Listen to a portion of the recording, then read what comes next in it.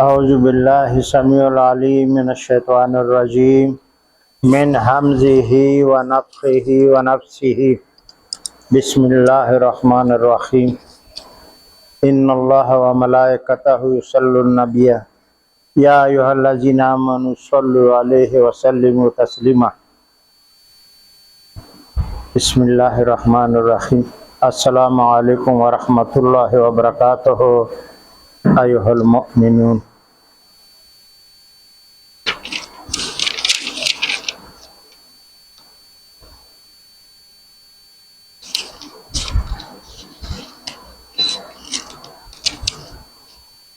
ہم کل بیان کیے ہوئے تھے فتح مکہ کے بارے میں جو کہ بقایا رہ گیا تھا، اور اس کے بقایا حصے ہیں بہت سارے ہیں، تو انشاءاللہ وہ بھی کچھ نہ کچھ آج اس میں سے بیان کریں گے۔ نبی علیہ السلام نے جب خانہ کعبہ سے سارے بت ہٹا دیے، توڑ دیے، اس کا صفائی ہوئی، اس میں صرف نبی علیہ السلام نے اور کسی نے نہیں 2 رکعت نماز پڑھا۔ بلال رضی اللہ عنہ گیٹ پر تھے، کسی کو چھوڑتے نہیں تھے۔ اسامہ بن زید نیچے اس کے ساتھ اتر گیا تھا۔ بعد میں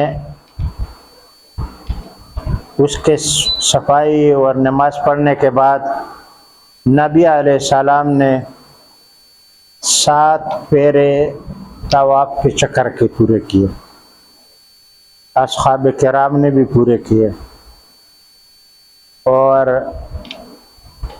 پھر وہاں 2 مقام ابراہیم پر 2 رکعت نفل فرمایا، ادا فرمایا۔ اس کے بعد وہ زمزم کا پانی پیا، اور بعد میں بہت جمع غفیر تھا، اور تقریباً رات بھی آنے کو ہو گئی۔ پھر سارا رات اصحاب کرام اور جو وغیرہ تھے کچھ طواف کر رہے تھے، اور پھر تسبیح، کوئی اللہ اکبر، کوئی استغفر اللہ میں مشغول ہوئے۔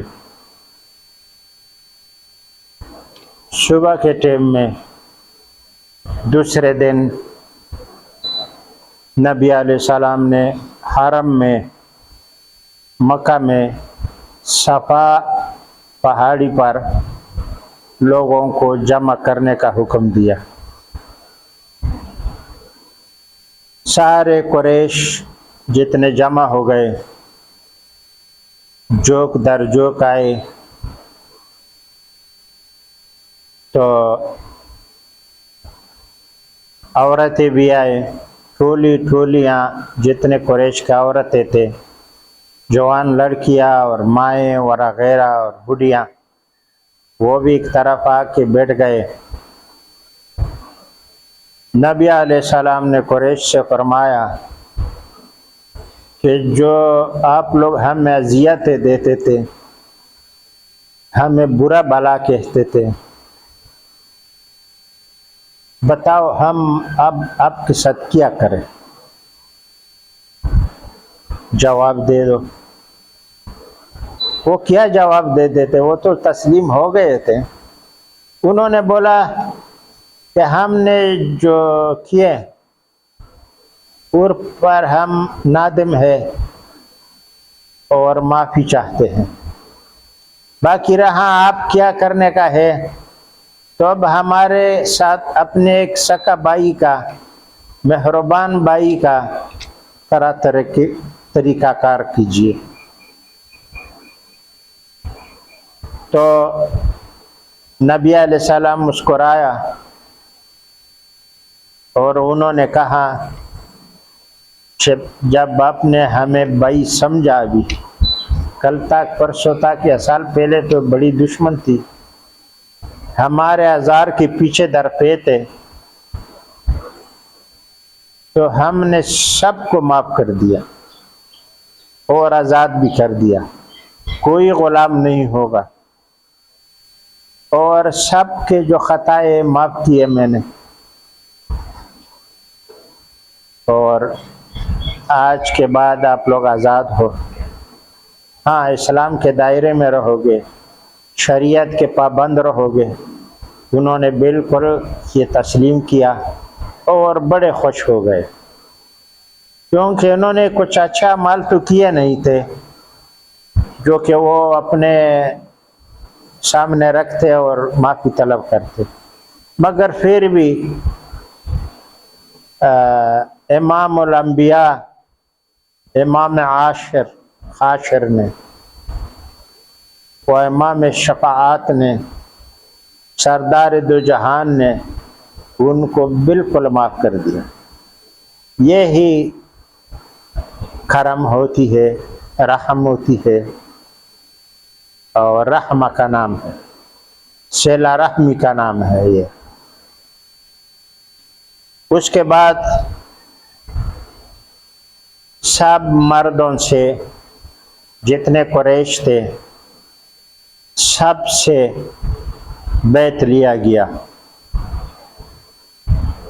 باری باری باری سب آتے رہے، اور عمر رضی اللہ کو بولا کہ تم الفاظ بیعت کا ادا کرتے جاؤ۔ وہ ٹولہ کا ٹولہ آتے آتے ان کو اس کے پر ہاتھ رکھ رکھ کر کے جاتے اور بیعت کرتے۔ جب سب مردوں کا بیعت ہو گیا تو پھر عورتوں کو بلایا کہ آپ بھی آ جاؤ۔ بڑے سارے گروہ تھا، عورتوں کا بھی بہت سارے تھے، شیڈ میں جمع ہو کر کے بیٹھے ہوئے تھے۔ مرد دوسری طرف ہٹ گئے تو نبی علیہ السلام نے ان کو بلایا،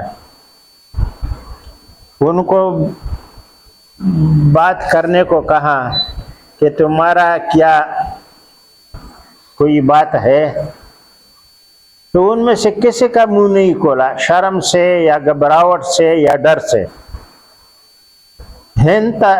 ہندہ جو بن عتبہ تھا، ہندہ نام تھا، ابو سفیان کی بیوی تھا، اور یہ وہی ہندہ تھا جس نے سیدنا حمزہ رضی اللہ عنہ کو دل نکال کر کے حبشی غلام کے ذریعے سے چیرا تھا، دل نکالا تھا، اور ناک بھی کٹوایا تھا، کان بھی کٹوائے تھے بیچارے۔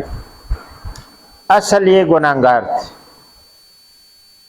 مگر آگے ہو گئی، اور انہوں نے سلام کیا۔ سلام کے بعد بولا، فوراً آ کر کے نبی علیہ السلام نے کسی عورت کو ہاتھ نہیں دیا ہے، لیکن ان کے ہاتھ پر دونوں ہاتھ رکھے اور کہا کہ میں معافی چاہتا ہوں، جو ہم سے جو غلطی ہوئی ہے اور ہم نے جو آپ کو دکھ دیا ہے، اور ہم امید کرتے ہیں کہ آپ ہمیں معاف فرما دیں گے، اور میں بڑا گناہگار ہوں، معافی کا طلبگار ہوں۔ تو پھر نبی علیہ السلام کی ہاتھوں سے ہاتھ ہٹایا، اور نبی علیہ السلام نے کہا کہ تم وہی ہندہ ہو، ابو سفیان کی بیوی اور ہمارے چاچا کی؟ اس نے بولا بالکل ہوں، لیکن آج آپ کے دامن میں مغفرت اور معافی کا بارش برس رہا ہے، لہذا ہم طلبگار ہے، استغفار ہے۔ تو نبی علیہ السلام مسکرائے اور ان کو معاف کر دیا۔ دیکھو تو اگر ہم ہوتے تو کیا کرتے؟ ہندہ کو معاف کر دیا۔ ہندہ نے بھی بولا کہ واللہ باللہ یا رسول اللہ، کل تک جو دنیا میں ہم کو سب سے برا اور سب سے خار کھانے والا آدمی تھا وہ آپ تھے، اور آج جو سب سے بڑھ کر ابو سفیان سے بڑھ کر، میرے بیٹوں سے بڑھ کر، ساری دنیا سے بڑھ کر کوئی بھی ایسا نہیں ہے جو آپ سے مجھے زیادہ محبوب ہو یا مجھے گراں ہو۔ آج کے دن، کل کے دشمن آج کے دن میرا محبوب ترین محبوب ہے، رسول اللہ ہے۔ کلمہ پڑھا اور معافی تو مل گئی تھی ان کو۔ نبی علیہ السلام مسکرائے کہ کل تک دیکھو جو برا سمجھتا تھا، آج وہ سب سے زیادہ بہترین انسان خود اقرار کرتی۔ یہ ہندہ بھی کوئی معمولی عورت نہیں تھا، بڑے باتونی عورت تھی، باقی کسی عورت نے منہ نہیں کھولا۔ پھر ان کو نبی علیہ السلام نے ہنس کر کے بولا کہ تمہارے ہاتھ تو مردوں کے جیسے ہے، جا کر کے اس پر مہندی لگا کے پھر آ جاؤ، لیکن اس سے پہلے بیعت کر لو، بیعت کر لو۔ اس نے کہا ہاں بولو یا رسول اللہ۔ اس نے کہا اس بات کا بیعت کر لو کہ میں اللہ واحد ہے، اس کے ساتھ کوئی شریک نہیں ہے۔ اس نے کہا بالکل کوئی شریک نہیں ہے، رب العالمین واحد ذات ہے، رب اللہ ہے، لا الہ الا اللہ کہا۔ پھر کہا کہ میں اللہ کا رسول ہوں، انہوں نے بولا کہ بالکل لا الہ الا اللہ محمد رسول اللہ۔ اس کے بعد ایک اور شرط پوچھا کہ آپ زنا نہیں کریں گی، اس پر بیعت کرو۔ تو ہندہ نے کہا یا رسول اللہ شادی شدہ عورت بھی زنا کرتے ہیں؟ وہ چپ ہو گیا نبی علیہ السلام۔ بولا ہے تو نہیں، زنا تو نہیں کرتے ہیں، لیکن کوئی شیطان بگڑا راستہ دکھا دے۔ بولا ہم تو جانتے بھی نہیں ہیں زنا کے بارے میں۔ بولا ٹھیک ہے۔ اس کے بعد کہا کہ آپ اپنے اولاد کو بھی نہیں قتل کرے گی۔ انہوں نے ہنس کے کہا یا رسول اللہ ہم نے تو اولاد پیدا کیے تھے، چھوٹے بڑے کیے تھے، آپ نے بدر میں قتل کروائے، بہت سارے خون خرابہ اور ہنسی بھی۔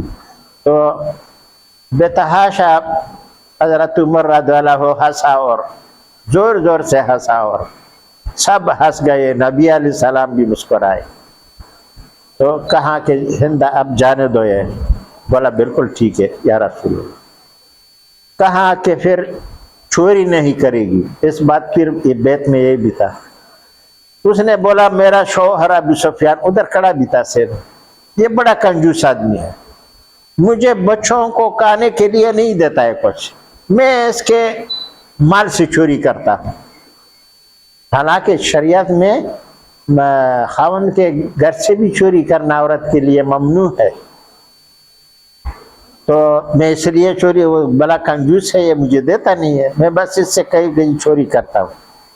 تو ابو سفیان ہنسا اور بولا کہ ہندہ آج کہ پہلے جتنا بھی آپ نے چوری کی ہے وہ سب میں نے بخش دیا، یہ معاملہ تو ادھر حال ہو گیا۔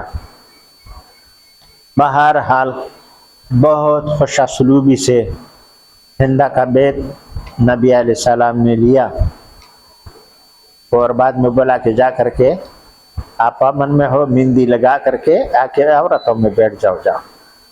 اس کے بعد نبی علیہ السلام نے حضرت عمر رضی اللہ عنہ کو کہا کہ باقی عورتیں آپ ان سے بیعت لے لو، جو ادھر بہت سارے تھے۔ تو انہوں نے سب کو سیدنا عمر نے کہا کہ سب اپنا دائیں ہاتھ آگے پھیلا دو، سیدھا کر کے پکڑو، اور عمر رضی اللہ عنہ نے بھی اپنا ہاتھ آگے کیا، اس کو ملایا نہیں ہے مگر دور سے آگے کیا، اور یہیں بیعت جن باتوں پر ہندہ نے نبی علیہ السلام نے ہندہ سے بیعت لیا، اسی پر انہوں نے ساروں نے بیعت کیا، اور سب نے ہاتھ لمبے کر کے ایک ہی دفعہ سب کے بیعت ہو گئی۔ یہ تو تھے حرم میں بیت اللہ شریف میں کوئی نہیں رہا بغیر بیت کے، صرف 2 آدمی کا نبی علیہ السلام نے قتل کا حکم دیا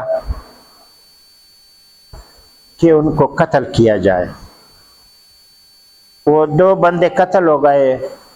حضرت سیدنا علی نے حرم میں ایک غلاف کے پیچھے چھپا ہوا تھا، دوسرا ادھر گھومتے بھاگتے بھاگتے پکڑ کر کے قتل کر دیے۔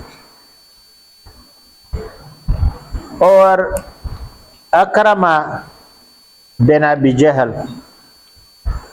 اور اس کے ساتھ کچھ گروہ جو پہاڑی کے پیچھے لڑنے کے چکر میں تھا، ان کو خالد بن ولید نے آ گھیرا، مگر جب ان کو پکڑنے سے پہلے یہ تینوں جو سرکش تھے وہ بھاگ گئے۔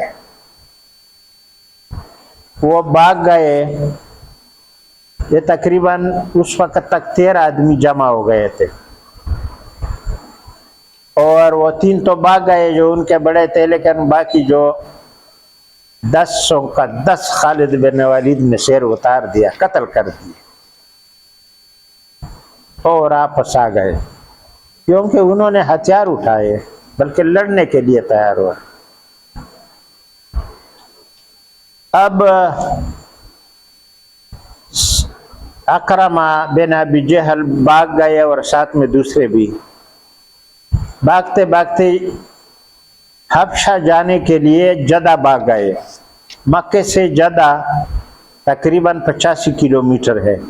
ابھی تو شہر بہت بڑا ہو گیا، زیادہ پڑتا ہے، لیکن جہاں سے پہلے ان لوگوں کو جانا تھا قریب سمندر ہے، وہاں سے ریڈ سی، بحیرہ احمر جس کو بولتے ہیں، لال سمندر، وہ شروع ہوتا ہے۔ تو وہاں حبشہ بھاگنے کے لیے کشتی میں بیٹھے، جتنے بھی آدمی تھے تقریباً ایک لانچ بھر گیا ان سے۔ جب لانچ بھرا تو قدرت نے طوفان لایا، طوفان ایسا آیا کہ لانچ پورا ڈماڈول ہو گیا، گرتے ادھر ادھر الٹی بازیاں کھا رہا تھا اور جانے کا نام نہیں لیتا تھا، کیونکہ وہ ڈر رہا تھا کہ اگر ابھی ہم آگے جائیں تو غرق ہو جائیں گے طوفان سے۔ وہ سب نے بولا کہ دیکھو اب تک جو ہم بتوں کو بول رہے تھے، بت پرست تھے، تو سب ایک اللہ کو یاد کرو، اللہ سے مانگو کہ ہمیں یا رب العالمین یہ ہماری طوفان سے بچت کر اور ہمیں حفاظت کر اور یہ طوفان تم دے۔ سب نے آوازاری کی۔ تو اکرمہ بن ابی جہل نے بولا، ارے خانہ خراب، اسی سے تو ہم بھاگ رہے تھے، جو لانچ میں پکار رہے ہوں جس کو، اسی سے ہم بھاگے ہیں، مگر اب ایسا نہیں ہے، اب ہم نہیں کریں گے، واپس کرو، لانچ کنارے میں لے جاؤ۔ تھوڑا ہی دور گیا تھا، وہ اتر گیا اور بولا کہ میں ابھی ایمان کیوں نہیں لاؤں، جب ہم برے وقت میں اسی اللہ کو پکار رہے ہیں جس کو محمد صلی اللہ علیہ وسلم ہمیں منواتا ہے ہم سے، تو ادھر مانگنے ہیں، وہاں ہم لوگ اس کے منکر ہو جاتے ہیں۔ ایسا نہیں ہے۔ سیدھا اکرمہ اور ساتھ میں ایک 2 آدمی، وہ 2 پتہ نہیں ہے جو اس کے ساتھی تھے کہاں فرار ہو گئے، یہ واپس آ کر کے مکے میں سیدھا حرم میں نبی علیہ السلام کے پاس، اصحاب کرام نے تو اس کو دیکھا بغیر ہتھیار کا، یہ اس سے ڈر نہیں تھا۔ اکرمہ ایک کیا، بولا چھوڑو مجھے، آج میں دین اسلام قبول کرتا۔ جا کر کے سیدھا نبی علیہ السلام کا ہاتھ پکڑا اور کلمہ شہادت کہا اور کہا کہ آج کے بعد میں مسلمان ہوتا ہوں اور آپ رسول اللہ ہے اور ہمارا رسول اللہ ہے، ہماری بھی جان بخشی کیجیے جس طرح دوسرے قریشوں کا، اور انشاءاللہ آج کے بعد میں مجاہد بن کے رہوں گا۔ تابعی صحیح اکرمہ بن ابی جہل صد کے دل سے مسلمان ہوا اور بڑے غزوے میں اور بڑے کارکردگی دکھائے جہاد میں، نبی علیہ السلام کے زمانے میں زندہ ہونے تک بھی اور اس کے بعد میں بھی۔ تو صحیح مجاہد بنا۔ یہ حال بھی ان کا تقریباً حل ہو گیا۔ اس کے بعد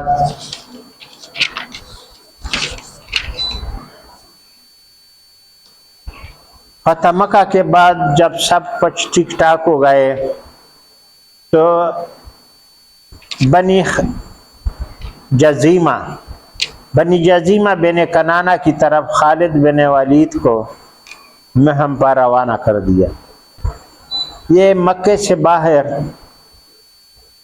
غیر قریش تھے، قریش نہیں تھے، مکے کے باہر رہتے تھے، اور انہوں نے بڑے جنگجوانہ روش اختیار کیا اور کہتے تھے کہ ہم لوگ لڑیں گے، اسلام نہیں لائیں گے، لڑیں گے۔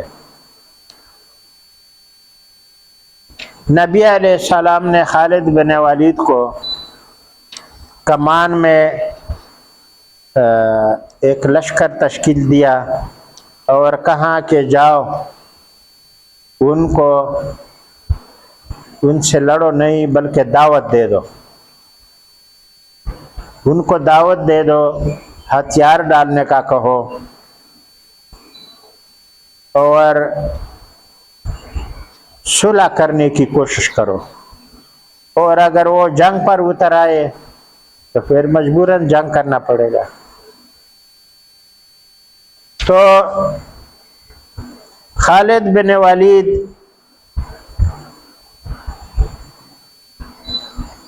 دعوت اسلام دینے کے لیے روانہ فرمایا خالد بن ولید کو۔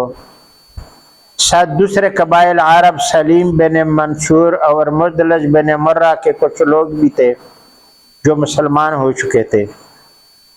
جب خالد بن ولید اپنے لشکر اور مذکرہ بلا عرب قبائل کے لوگوں کے ساتھ قبیلہ بنی جزیمہ بن عامر بن عبد منات بن کنانہ کے بستی کے سامنے پہنچے تو اس قبیلے کے لوگ مسلح ہو کر ان سے مقابلے کے لیے سامنے آ گئے۔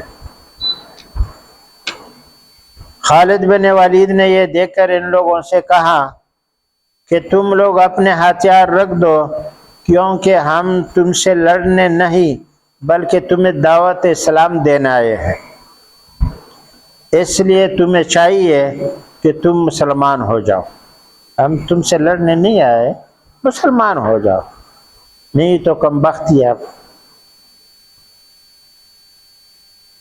ابن اسحاق مزید بیان کرتے ہیں کہ بنی جزیمہ کے ایک معتبر صاحب علم شخص نے بتایا کہ جب خالد بن ولید نے ہم سے ہتھیار رکھنے کے لیے کہا تو ہمارے قبیلے کے ایک شخص نے آگے آ کر اپنے اہل قبیلہ سے کہا تم انہیں نہیں جانتے ہو، یہ خالد ہے، جب تم ہتھیار رکھ دو گے تو تمہاری گرفتاری اور اس کے بعد تمہارا قتل عام یقینی ہے، یہ اس پر ہمیں اعتبار نہیں ہے۔ خیر، میں تو ہرگز اپنے ہتھیار نہیں رکھوں گا۔ اپنے قبیلے کے اس شخص کی یہ بات سن کے دوسرے لوگوں نے اسے پکڑ کر کے کہا تمہاری عقل تو نہیں ماری گئی ہے، کیا تم چاہتے ہو کہ ہمارے سامنے قبیلے والوں کا خون بہایا جائے؟ اس کے بعد بنی جزیمہ نے اتفاق رائے سے خالد بن ولید کے سامنے ہتھیار زمین پر پھینک دیے۔ ابن اسحاق کہتے ہیں کہ بنی جزیمہ کے اس معتبر صاحب علم شخص نے انہیں بتایا کہ جون ہی ان کے قبیلے والوں نے اپنے ہتھیار زمین پر پھینکے، خالد نے ان سب کو گرفتار کر کے بعد میں ان کو چن چن کر کے قتل کر دیا۔ خالد بن ولید نے ان میں سے کچھ آدمیوں کو قتل شروع کیا۔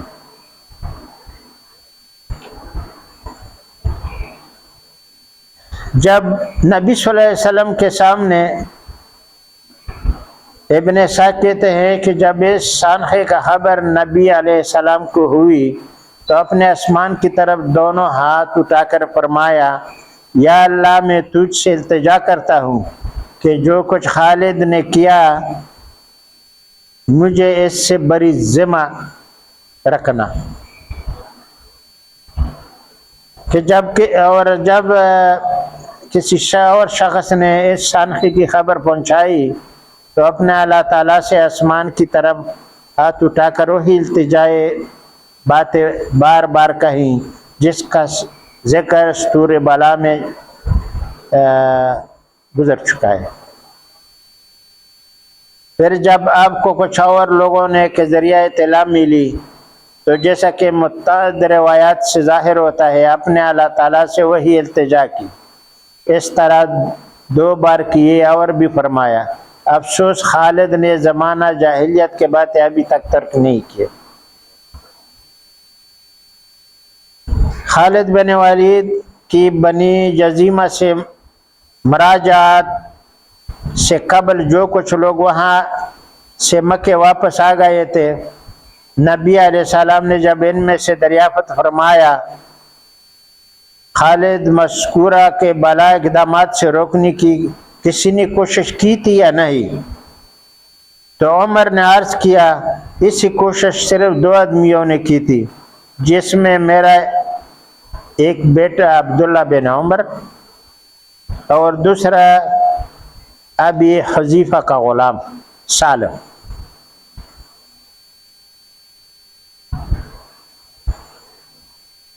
یہ بات عمر نے اس شخص سے ان دونوں کے قد و قامت، رنگ اور چہرے کے مہرے سے نشانیاں پہلے پوچھ لیے تھے۔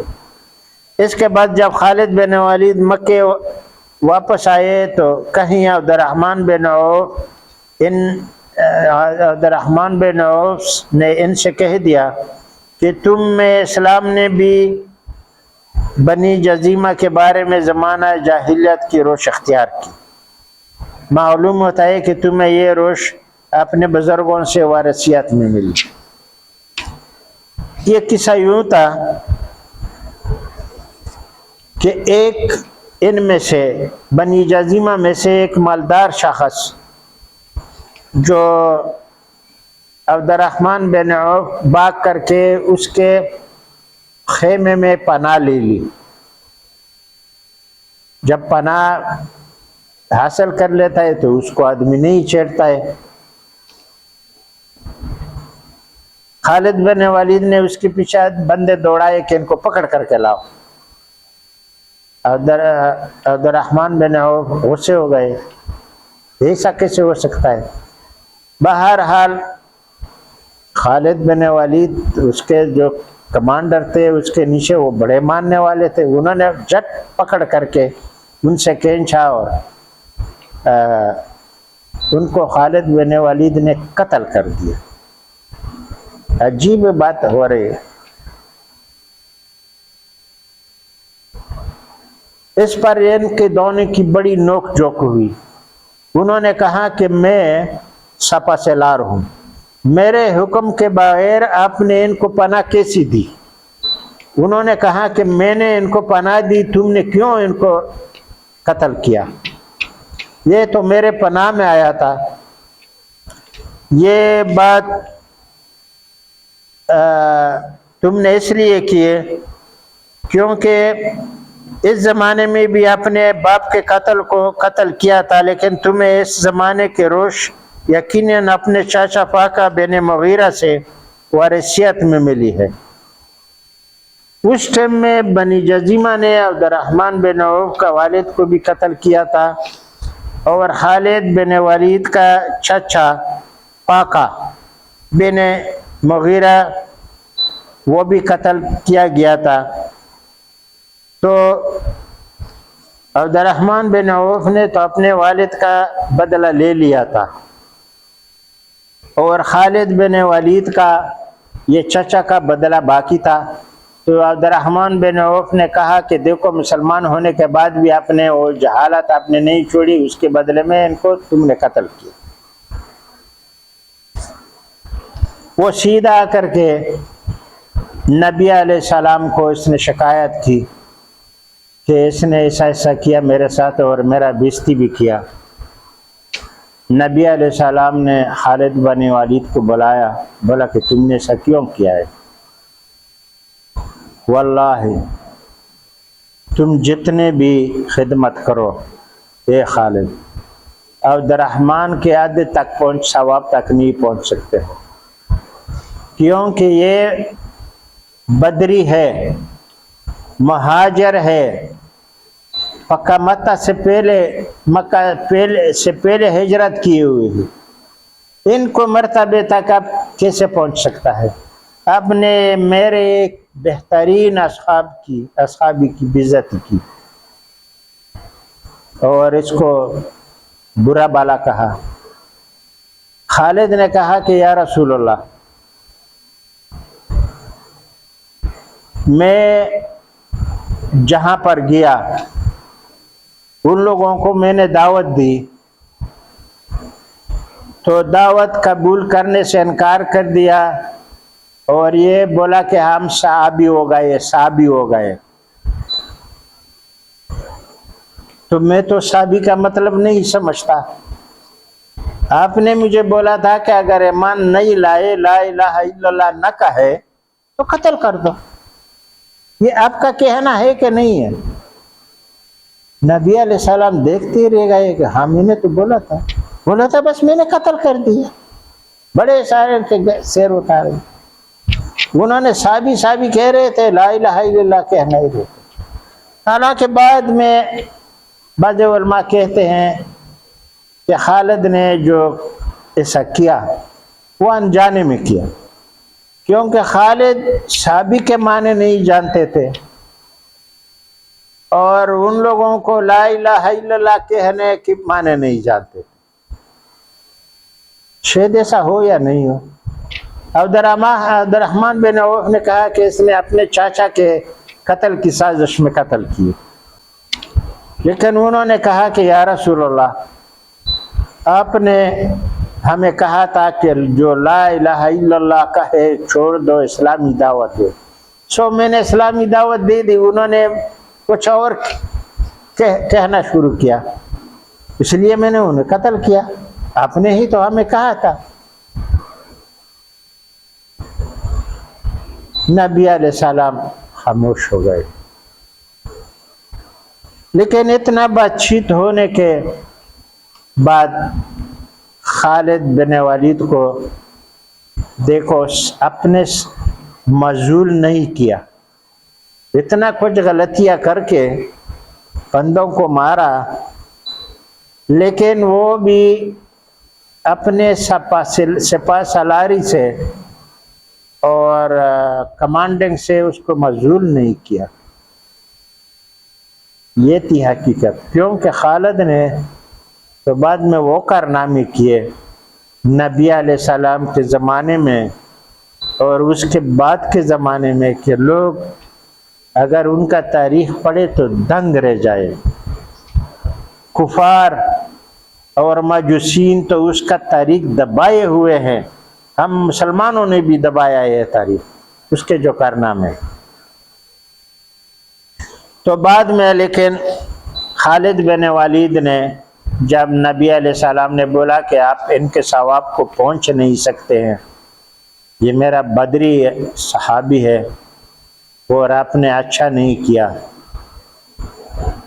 تو خالد بن ولید بڑا پشیمان ہو گیا وہ تو میں پر، اور جب ان سے رخصت ہوئے تو عبد الرحمن تو گھر گیا تھا، خالد بن ولید جا کر کے اس کے گھر کے چوکٹ میں بیٹھ گیا اور قسم کھائی کہ میں یہاں سے نہیں ہٹوں گا جب تک تم مجھے معاف نہیں کرتے۔ یہ بھی ہوتا ہے، ہم ایسا کر سکتے ہیں، ہم بھی مسلمان ہیں۔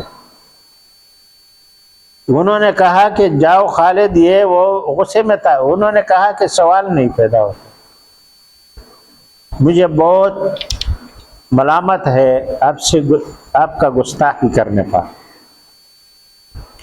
لیکن پہلے نبی علیہ السلام کو خالد بن ولید نے کہا کہ جس آدمی کے بارے میں یہ مجھ سے جھگڑ رہا ہے یہ میرے ساتھ ایک آدمی پر جھگڑ رہا ہے اور باقیوں پر نہیں جھگڑ رہا ہے جو صحابی بول رہے ہیں۔ تو نبی علیہ السلام کی جانے سے پہلے انہوں نے کہا کہ دیکھو میں سپا سے لار تھا، آپ کے حکم سے میں گیا تھا، پورا کمان میرے ہاتھ میں تھی، ان کو کیا اختیار تھا کہ ان لوگوں کو پناہ دیتے تھے۔ نبی علیہ السلام نے عبد الرحمن بن عوف کو بولا کہ دیکھو آپ نے یہ اچھا نہیں کیا، امان کیوں دی؟ یہ تو سپا سے لاتے میرے حکم پر گئے تھے، میرے قوماندان تھے، یہ آپ نے اچھا نہیں کیا۔ عبد الرحمن بن عوف ناراض خفا ہو گئے، ناراض نہیں تھے، بہت خفا ہو گئے اور چل پڑے، اور خالد کو بولا کہ تم نے میرا ایک بہترین بدری صحابی کی بے عزتی کی ہے اور تم اس کے آدھے تک بھی نہیں پہنچ سکتے ہو۔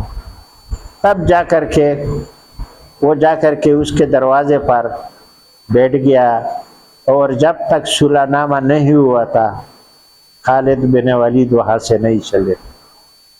اب خالد بن ولید کی رحم اور کرم کے بھی چرچے دیکھو، ان کے بہادری کی بھی دیکھو، اتنے سارے لوگوں کے قتل کر کے پھر بھی معزول نہیں کرایا، اور حضرت علی سیدنا علی رضی اللہ کو بولا نبی علیہ السلام نے کہ جا کر کے ایک ایک بندے کا جتنے قتل ہو گئے ہیں، سارے تو نہیں قتل کیے تھے، ان کا دیت دے کے آؤ، بلکہ زیادہ بھی دے کے آؤ۔ تو سیدنا علی رضی اللہ ہو گئے اور سب کو جو قتل ہوئے تھے ان کا دیت بھی دی، بلکہ زیادہ دی، اور ان کو سب کو راضی کرایا، اور وہ سب اسلام میں داخل ہو گئے۔ یہ تھا جو خالد بن ولید کا جو انہوں نے قتال کیا تھا، جو لوگ ابھی بھی بری طرح سے یاد کر رہے ہیں کہ یہ قتال اس نے جان بوجھ کے کیا تھا، جان بوجھ کے نہیں تھا۔ ایک تو انہوں نے کلمہ پڑھنے سے کلمہ نہیں پڑھا تھا، اور نبی علیہ السلام نے ان کو کلمہ پڑھنے کے لیے بھیجا تھا، لہذا جو بھی بات ہوئی تھی، نہ نبی علیہ السلام نے خالد بن ولید کو برا کہا، بلکہ اس نے بولا کہ میں اس کے عمل سے بیزار ہوں، لیکن معزول نہیں کرایا۔ دوسرا، وہ خالد نے عبد الرحمن بن عوف سے معافی مانگی، تو مسئلہ یہاں پر حل ہوا۔ انشاءاللہ باذن اللہ باقی بیان کل کریں گے اگر زندگی ہوئی۔ ربنا لا تؤاخذنا ان نسینا او اخطأنا ربنا ولا تحمل علينا اصرا كما حملته على الذين من قبلنا ربنا ولا تحملنا ما لا طاقة لنا به واعف عنا واغفر لنا وارحمنا انت مولانا فانصرنا على القوم الكافرين اللهم اغفر لي ولوالدي وللمؤمنين والمؤمنات والمسلمين والمسلمات الأحياء منهم والأموات اللهم اغفر لي ولوالدي وللمؤمنين والمؤمنات والمسلمين والمسلمات الأحياء منهم والأموات ربنا تقبل منا إنك أنت السميع العليم وتب علينا إنك أنت التواب الرحيم۔